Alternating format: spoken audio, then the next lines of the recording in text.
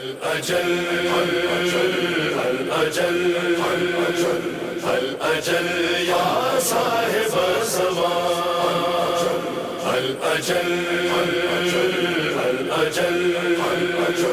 الأجل يا صاحب الزمان الأمان الأمان الأمان الأمان الأمان. ناظرین السلام علیکم. آپ کا میزبان مظہر عابدی آپ کی خدمت میں ایک بار پھر حاضر ہے. قائم ٹی وی ٹورنٹو کی جانب سے پروگرام عصر نو اور انتظار امام زمانہ کے حوالے سے، اور حسب سابق گزشتہ پروگراموں کی طرح آج پھر ہمارے ساتھ معروف عالم دین، معروف خطیب اہل بیت، کسی تعارف کے محتاج نہیں ہیں، علامہ جواد حسین عابدی صاحب تشریف فرما ہیں. علامہ صاحب، قائم ٹی وی کی جانب سے آپ کا شکر گزار ہوں اور آپ کی خدمت میں سلام اور تحفہ یاری مدد پیش کرتا ہوں. علامہ صاحب، امام زمانہ کی نسبت سے ہم سوالات کرتے ہوئے آ رہے ہیں، تو یقیناً ہمارا امام ہمارے ہر اعمال کو دیکھ رہا ہے، ہر عمل کو دیکھ رہا ہے، ہماری نیتوں سے واقف ہے ہمارا امام. اگر ہمیں یہ عقیدہ ہے کہ امام حاضر ہے، بے شک ایک فیشن چل پڑا ہے بچوں کے نام رکھنے کا. زیادہ تر ہم قافیہ نام رکھے جا رہے ہیں، جیسے ایان، ریان، کیان، اور اس کے ہم قافیہ جتنے بھی ان کو آتے ہیں. چلیے، ہو سکتا ہے اس کا کوئی نہ کوئی معنی نکلتا ہو، مطلب نکلتا ہوگا. پرابلم یہ ہے کہ لوگوں کو پتہ نہیں ہے، لفظوں کے معنی پتہ نہیں ہے. اچھا، پھر اس کے ساتھ آپ نسبت بھی جوڑتے ہیں، یعنی کہ ایان عباس زیدی، پورا نام بن گیا ایان عباس زیدی، ریان حسین جعفری. جب آپ نسبتیں لگا لیتے ہیں تو یقیناً پھر اس کا معنوی اعتبار سے اچھا ہونا ضروری ہے، تاکہ آپ کی نسبت جو ہے وہ آپ کو مومن کے درجے سے ہٹا نہ دے، کوئی اچھا کرنے کے چکر میں گناہ نہ ہو جائے. تو آپ کے نزدیک شرعی اعتبار سے یہ کام کیسا ہے کہ نام رکھنے کے لیے کن عوامل کا، کن چیزوں کا دیکھنا ضروری ہے؟ بسم اللہ الرحمن الرحیم، الحمدللہ رب العالمین والصلاة والسلام علی اہلہا اما بعد. اسلام ایک ایسا مکمل آئین ہے، ایک مکمل ایسا منشور ہے کہ جس میں انسان کے کسی شعبہ زندگی کے حوالے سے ایسا کوئی شعبہ نہیں ہے کہ اللہ نے اس کو خالی چھوڑا ہو. جی ہاں. تہذیب الاسلام میں کتاب ہے، اردو میں ترجمہ ہو گیا ہے. علامہ مجلسی کی جو اصل فارسی میں تھی اس کا نام تھا حلیۃ المتقین. اسے حلیہ نہیں پڑھتے، حلیۃ پڑھا جائے گا، یعنی متقین کی زینت. اس میں مثلا بچے کے پیدا ہونے کے وقت سے لے کر بلکہ پیدائش سے قبل کے جو معاملات ہوتے ہیں کہ جب نطفہ ٹھہرنا ہے، یا اس سے پہلے کے جو بچے کے مقدمات ہیں، اس وقت سے ماں کو، باپ کو کیا کرنا ہے، اس وقت سے لے کر مرنے تک، مرنے کے بعد تک ایک مومن کے لیے کیا کرنا صحیح ہے، کیا کرنا صحیح نہیں ہے، سب کو علامہ مجلسی نے اس میں جمع کیا ہے. اب جب میں نے پیدا ہونے سے لے کے مرنے تک کا لکھ دیا تو بیچ میں سب کچھ آ گیا اب اس کی زندگی کا، اس کی معاشرت، اس کا کھانا پینا، اٹھنا بیٹھنا، سونا پہننا، اوڑھنا بچھونا، سب آ گیا اس میں. اب نام رکھنا بہرحال ایک مسئلہ ہے اور بڑا مسئلہ ہے، اور بعض اوقات تو ایسا جنگ کا ماحول بن جاتا ہے، جیسے کہ اگر نام نہیں رکھنے دیا ہمیں یا تمہیں تو جناب کوئی جنگ قائم ہو جائے گی، اور بعض گھرانوں میں ناراضگی بھی دیکھنے میں آتی ہے. چونکہ میں دین کی طالب علم کی حیثیت سے اس وقت آپ کے سامنے اس چینل پہ بیٹھا ہوا ہوں، تو میں اپنے سامعین سے سب سے پہلے عرض کروں گا، سب سے پہلے شرعی اس کا حکم یاد رکھیے. بچے کے نام رکھنے کا شرعی طور پہ سب سے پہلا حق باپ کا ہے، کیونکہ وہ اس کا نطفہ ہے. دوسرے نمبر پر یہ حق ماں کا ہے، کیونکہ وہ اس کے لیے مستقل قرار پائی ہے، اس بچے کی ماں ہے، یعنی کہ وہ دو حق یہ ہو گئے.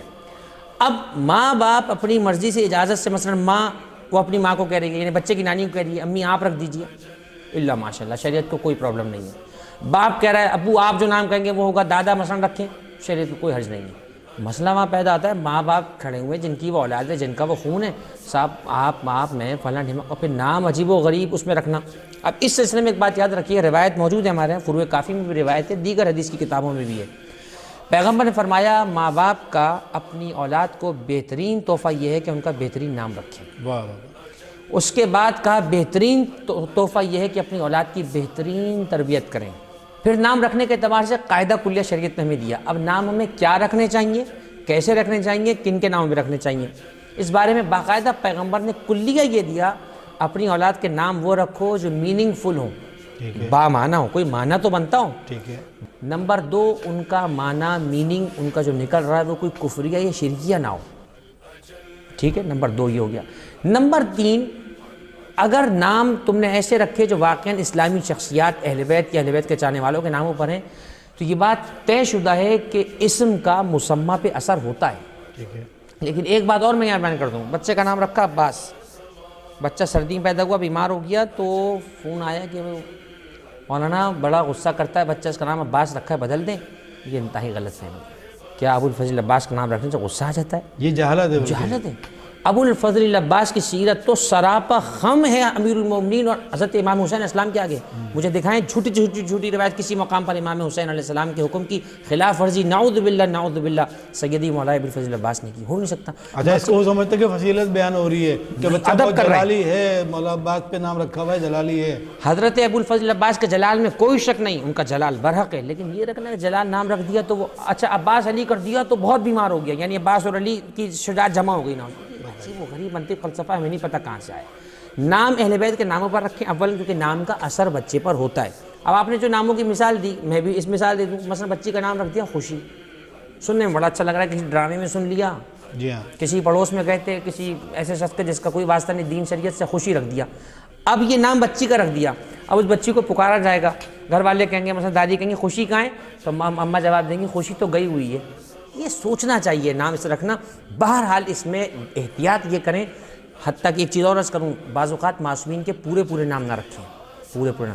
مثلا میں نے پورے نام دیکھیں, فاطمہ زہرا نام رکھ دیا. ایک شخص چھٹی منزلی امامت پر آیا اور جب چھٹے امام کو آ کے سلام کیا, کہا کہ مولا میری بیٹی کی ولادت ہوئی. آپ نے فوراً پوچھا کیا نام رکھا ہے؟ فرمایا فاطمہ.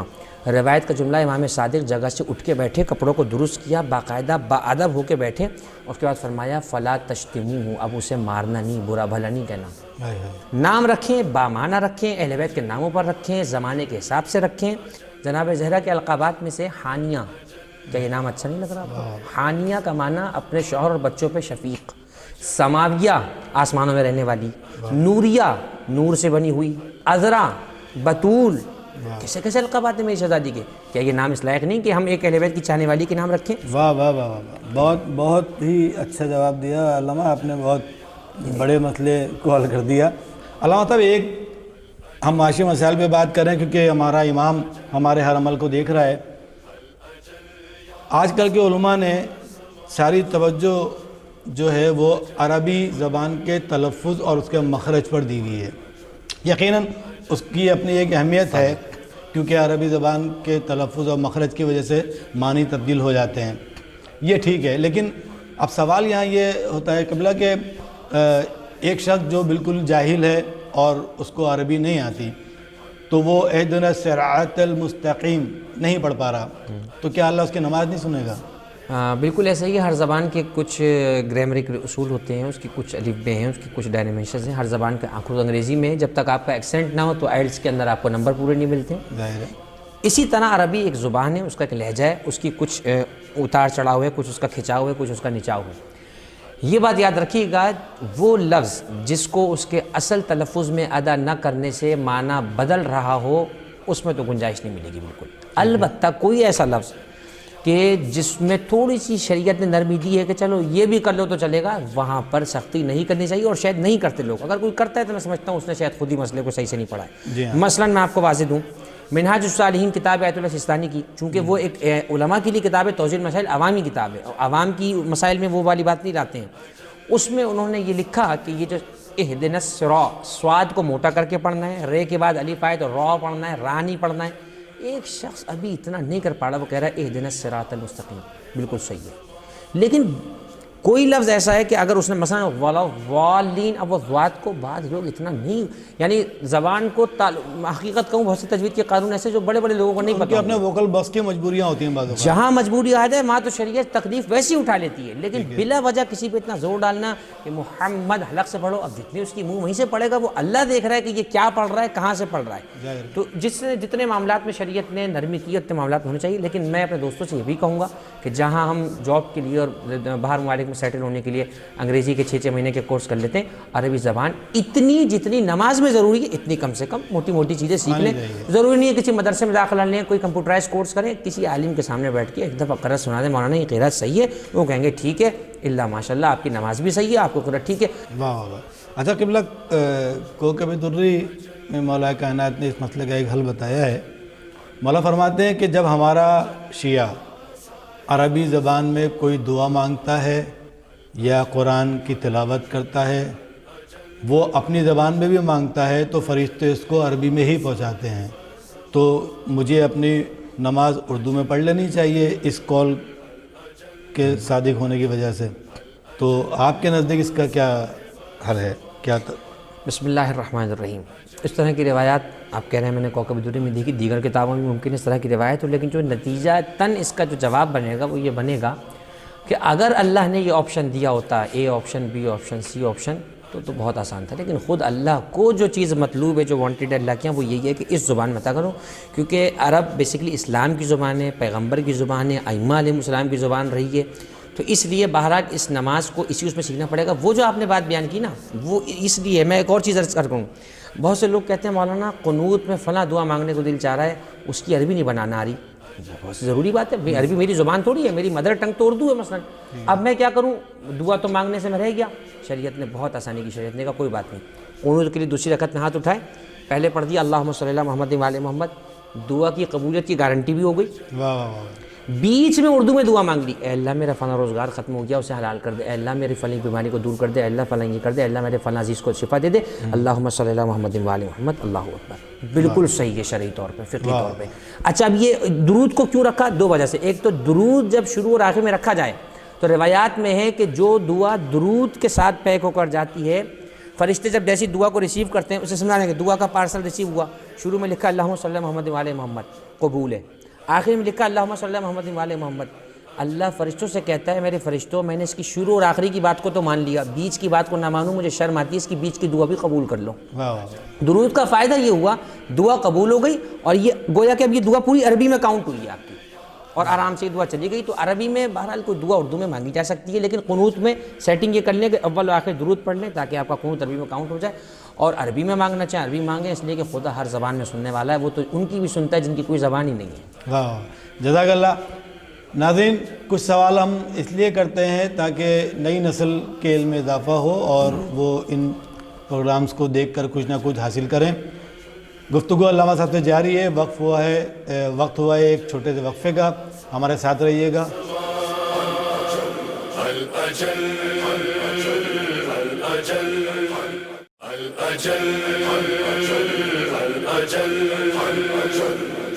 بسم اللہ الرحمن الرحیم. وقفے سے واپس ہم آئے اور اس وقت ہماری بہت دلچسپ گفتگو جاری تھی.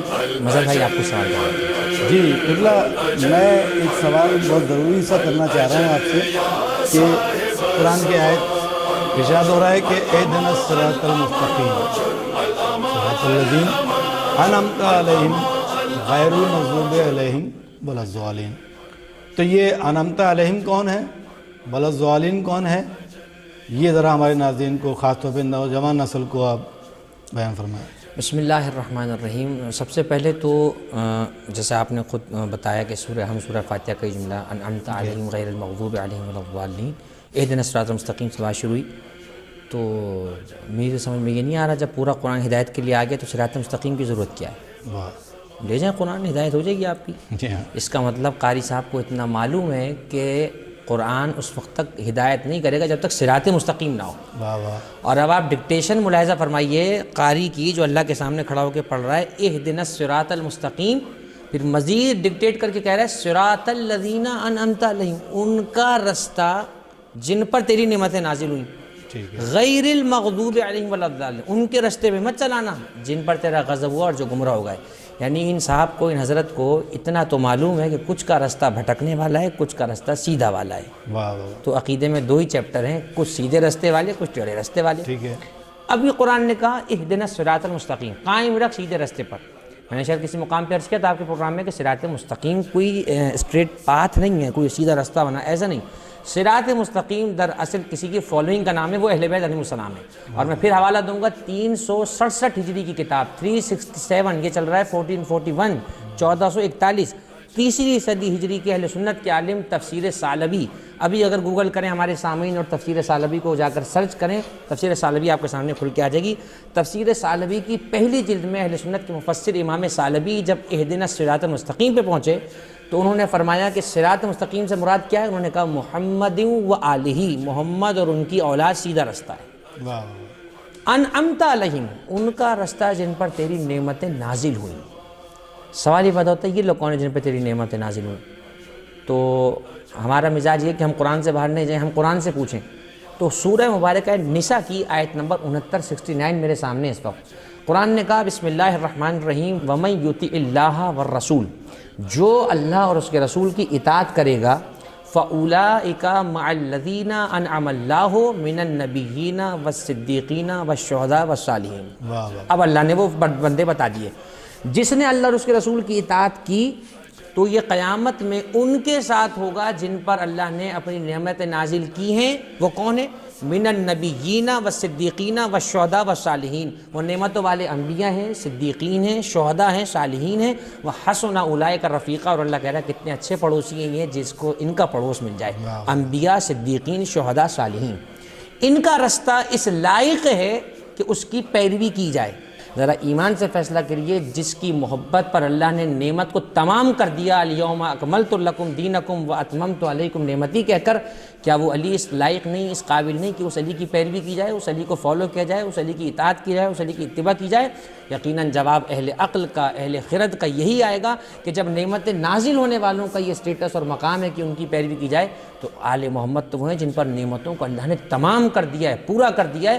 تو انعمت علیہم کا ایک مصداق آیت کی روشنی میں انبیاء، صدیقین، شہداء، صالحین ہوں گے، اور قریب اگر مصداق دیکھیے تھوڑا کلوز کر تو اہل بیت علیہم السلام وہ اول مصداق ہیں کہ جو اس لائق ہیں کہ ان کی پیروی کی جائے تاکہ صراط مستقیم کا راستہ انسان کو حاصل ہو جائے۔ ابھی ہم بات عربی کے حوالے سے کر رہے تھے، اور قرآن جو ہے وہ آل محمد کے بغیر سمجھ میں نہیں آئے گا۔ سوال ہی پتہ نہیں۔ قرآن کی آیت ہے کہ اے محمد تم ان مشرکین کی کثرت سے مت گھبراؤ، میں اللہ قسم کھاتا ہوں رب المغربین اور رب المشرقین کی، تمہیں کچھ نہیں ہوگا۔ تو قسم کھانے والا اللہ جس سے مخاطب ہے وہ محمد، اب یہ رب المغربین یہ کوئی اور شخص ہے۔ صحیح۔ تو ائمہ نے اس کی تفسیر میں کیا بیان کیا ہے؟ قرآن مجید میں یہ آیتیں کئی مقام پر آئی ہیں، رب المشرقین و رب المغربین، رب المشرقین و رب المغربین، دونوں طرح سے کر کے یہ آیت موجود ہے۔ کیونکہ ہم عربی میں الجھے ہوئے ہیں نا، اس لیے عربی بات کر رہے ہیں تو ہمیں حق بنتا ہے کہ ہم اس کو عربی حوالے سے انالائز کریں اور معصومین کے اقوال کی روشنی میں بغیر اپنی رائے دیے اس کو بیان کر دیں۔ ایک بات یاد رکھیے گا، کلیے کے طور پہ، قانون کے طور پہ میں حوالہ دوں گا آپ کو تفسیر برہان جو آیت اللہ ہاشمی بحرانی لکھی ہے، اس کی شرح موجود ہے ہمارے یہاں، ہمارے ناظرین اس کو سنیں اور نوٹ کریں۔ یعنی 8 جلدوں پر یہ پورا سیٹ ملتا ہے۔ پہلی جلد جو ہے وہ بیسیکلی مقدمہ ہے تفسیر برہان کو سمجھنے کا کہ اس مقدمے میں کیا ہے۔ مقدمہ ایک الگ ہمارے عالم دین کا ہے، تفسیر برہان آیت اللہ ہاشمی بحرانی کی ہے۔ انہوں نے وہاں باقاعدہ ڈکشنری بنائی ہے لفظوں کی، اس میں الف لام را با یعنی الرب، اس میں جب آئیں تو ایک قاعدہ کلیہ بیان کیا۔ انہوں نے کہا لفظ رب کے بارے میں یاد رکھیے، جب لفظ رب کسی لائن میں، کسی جملے میں اکیلا استعمال ہو اس سے مراد اللہ ہوتا ہے، لیکن جب لفظ رب کا کے ساتھ استعمال ہو، رب المشرقین 2 مشرقوں کا رب، رب المغربین 2 مغربوں کا رب، رب الابل اونٹوں کا رب عبد المطلب کا کے ساتھ جب رب آئے تو یہ اللہ کے علاوہ کسی اور پر بھی آ سکتا ہے۔ تفسیر برہان میں آیت اللہ ہاشمی بحرانی نے بڑا عجیب جملہ لکھا۔ پہلے تو میں آپ کو ببانگ دوہل مولا کو جملہ بتا دوں جو میرے مولا کی زبان مبارک سے تھا ہوا۔ مولا سے پوچھا گیا رب المشرقین و رب المغربین، فرمایا یعنی الحسن والحسین۔ واہ واہ واہ، یہ جملہ ہے، واہ واہ، میں نے نص سے متن پڑھ دیا، ہمارے دوست اس کو سرچ کر لیں گوگل پر لکھ کر، لیکن عربی میں لکھنا پڑے گا، اردو میں انجن گوگل کا نہیں اٹھائے گا۔ رب المشرقین رب المغربین یعنی الحسن والحسین۔ اچھا یہ کہہ دیا آپ نے، میں نے ابھی آپ کو قاعدہ بیان کیا، اب اس کو سمجھنے کی ضرورت ہے۔ یہاں پر مشرق اور مغرب کیوں کہا، شمال اور جنوب کیوں نہیں کہا؟ کہ شمال جنوب سمت نہیں ہے، ڈائریکشن نہیں ہے۔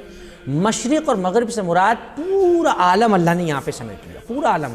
کہتے ہیں نا یہ بات تو، یہ عرب میں ایک محاورہ ہے، علماء میں جب کسی پہ طنز کرتے ہیں نا علمی، تو کہتے ہیں آپ کی بات تو مشرق اور مغرب تک دور ہے، یعنی جتنا دور مشرق سے مغرب ہے اتنی دور کی آپ لائیں، یعنی بیکار کی بات کرنا ہے، یہ مسئلہ ہوتا ہے۔ مشرق اور مغرب کا اشارہ کر کے بتایا جہاں جہاں تک میری کائنات پھیلی ہوئی ہے اس میں جتنا سبزہ ہے، جتنا پانی ہے، جو کچھ اگ رہا ہے، جو کچھ وہاں سانس لے رہا ہے، اس کا سبب حسن و حسین ہے۔ مطلب یہ جو سمتیں ہیں یہ استعارہ ہیں، استعارہ ہے، استعارہ ہے، کنایا ہے، اشارہ دیا ہے خدا نے، ورنہ شمال اور جنوب بھی تو اللہ کا ہے۔ یہ اللہ صرف رب المشرقین ہے، رب الشمال ہے۔ اچھا یہ بھی عجیب بات ہے، 2 مشرقیں کیوں کہا، یہ بھی ایک عجیب بات ہے۔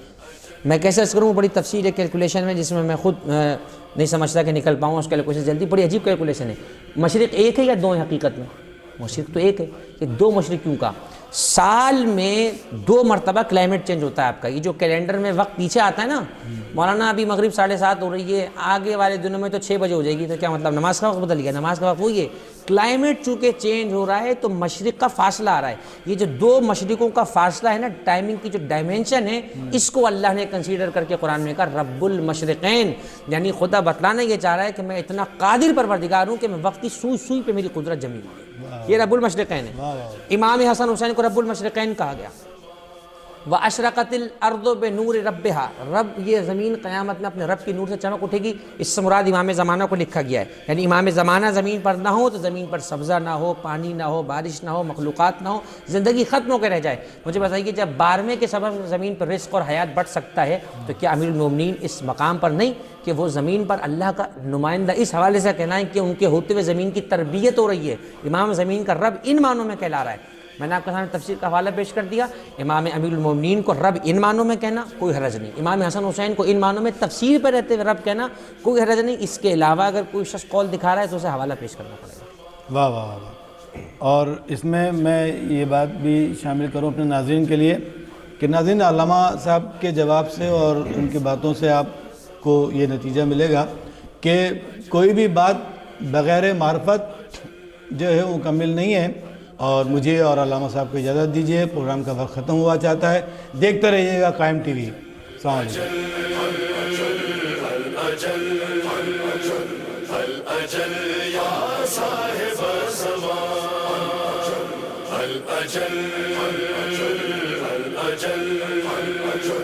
الأجل يا صاحب الزمان.